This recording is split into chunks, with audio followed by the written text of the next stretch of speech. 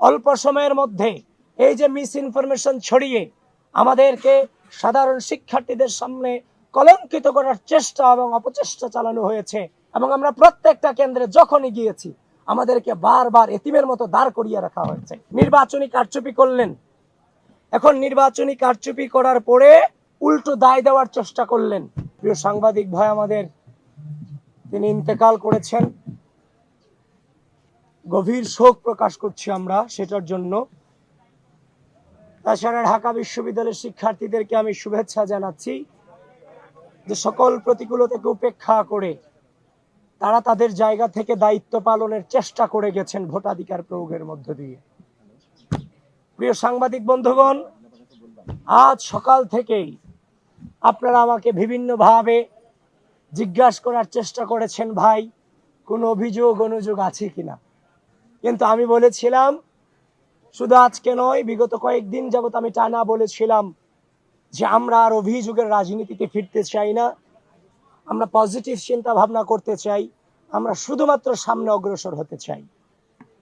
আমরা ভেবেছিলাম গণঅভ্যুত্থান পরবর্তী সময়ে এই ঢাকা বিশ্ববিদ্যালয়ের মাটি থেকে যেমনভাবে ফ্যাসিস্টকে বিতাড়িত করা হয়েছে, রাজনৈতিক অপসংস্কৃতিকে বিতাড়িত করা হয়েছে, ঠিক একইভাবে এই ঢাকা বিশ্ববিদ্যালয়ের মাটি থেকে গোটা বাংলাদেশ ব্যাপী রাজনৈতিক সুন্দর সংস্কৃতিকে উপহার দিব এই ডাকসু নির্বাচনের মধ্য দিয়ে।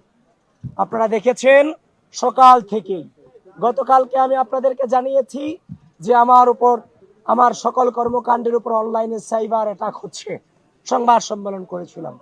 ঠিক একইভাবে আজকে সকাল থেকে আবারও অপপ্রচার করা হয়েছে আমার এগেনস্টে, আমি নাকি নির্বাচনী আচরণ বিধি লঙ্ঘন করে আমি কেন্দ্রে প্রবেশ করেছি। এই ধরনের মিস ইনফরমেশন, ডিসইনফরমেশন ছড়িয়ে বিশ্ববিদ্যালয়ের দায়িত্বশীল রিটার্নিং কর্মকর্তা আপনাদেরকে পর্যন্ত বিভ্রান্ত করতে বাধ্য করেছে। আমি আপনাদেরকে সাধুবাদ জানাই, শেষ পর্যন্ত আপনারা গঠনতন্ত্র পড়ে এই অভিযোগ যে মিথ্যা সেটার স্বীকৃতি আপনারা দিয়েছেন, এজন্য আমি আপনাদেরকে সাধুবাদ জানাই। কিন্তু অল্প সময়ের মধ্যে এই যে মিস ইনফরমেশন ছড়িয়ে আমাদেরকে সাধারণ শিক্ষার্থীদের সামনে কলঙ্কিত করার চেষ্টা এবং অপচেষ্টা চালানো হয়েছে, সেটা বিশ্ববিদ্যালয়ের রিটার্নিং কর্মকর্তা কর্তৃক, একজন নির্বাচন কমিশন কর্তৃক। সুতরাং এটা কোনোভাবেই মেনে নেওয়া যায় না। এরা বারবার এদের ব্যর্থতার প্রমাণ দিয়ে গিয়েছে। আপনি দেখেছেন আজ আমাদের নির্বাচনী গঠনতন্ত্রে আছে, আপনারা তো 2019 সালে ডাকসু নির্বাচনে নাকি কাভার করেছেন, এখানে ভিপিজিএস এজিএসরা কি তাদের প্যানেলের, তাদের ভোট কেন্দ্র পরিদর্শনের সুযোগ ছিল না? অবশ্যই ছিল। তাদের কি পরিচিতি কার্ড থেকে শুরু করে তাদের আলাদা একটা পরিচিতি ছিল না? সব ছিল।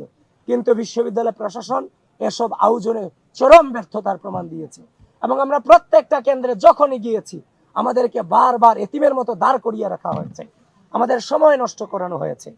শেষ পর্যন্ত দেখতে পেলাম রোকেয়া হলের একজন মেয়ে ভোট কেন্দ্র থেকে ভোট দিয়ে বেরিয়ে এসে আমাকে অভিযোগ করছে যে ভাই, যে ব্যালট পত্র আমাদেরকে দেওয়া হয়েছে সেখানে আগে থেকে সাদিককে এবং ফরহাদের নামে ক্রস চিহ্ন দেওয়া রাখা হয়েছে। সেটা শুধুমাত্র রোকেয়া হলে ঘটে নাই, সেই ঘটনা অমর একুশে হলেও ঘটেছে। অমর একুশে হলের যে ভোট কেন্দ্র সেখানেও ঘটেছে। তখন আমি যখন দুটাই ইনভেস্টিগেশন করতে গেলাম, চিফ রিটার্নিং অফিসারের নির্দেশক্রমে আমি ভোট কেন্দ্রে প্রবেশ করলাম এবং তাদেরকে জিজ্ঞাসাবাদ যখন করলাম, জানার চেষ্টা করলাম, তারাও সেটা মেনে নিয়ে বললো এটা কিভাবে হয়েছে আমরা জানি না। সুতরাং স্পষ্টভাবে জানিয়ে দিতে চাই, যেহেতু ঘটনা দুই জায়গায় ঘটনা ঘটেছে, প্রমাণিত হয়েছে, তার মানে এর আগেও অনেক ব্যালটে সম্ভবত, আমরা যতটা নিশ্চিত হচ্ছি, আমরা জানি না কত ব্যালটে আগে থেকে চিহ্ন ভরে ব্যালট বক্স ভরে দিয়ে রাখা হয়েছে, সেটা আমাদের এখনো পর্যন্ত আমাদের জানা নাই। যেহেতু ঘটনা দুইটা প্রমাণ পেয়েছি, তার মানে এরকম ঘটনা আরো ঘটেছে, এটা নিঃসন্দেহে, এটা আমরা অনুমান করতে পারছি। তো এখন কথা হচ্ছে, একদিকে এটা করে বেড়ালেন, নির্বাচনী কারচুপি করলেন, এখন নির্বাচনী কারচুপি করার পরে উল্টো দায় দেওয়ার চেষ্টা করলেন। তারপর হচ্ছে যে আমাদের যে সকাল থেকে পুলিশ এজেন্ট থেকে শুরু করে আমাদের প্রার্থীদেরকে তো জ্বালানো হয়েছে,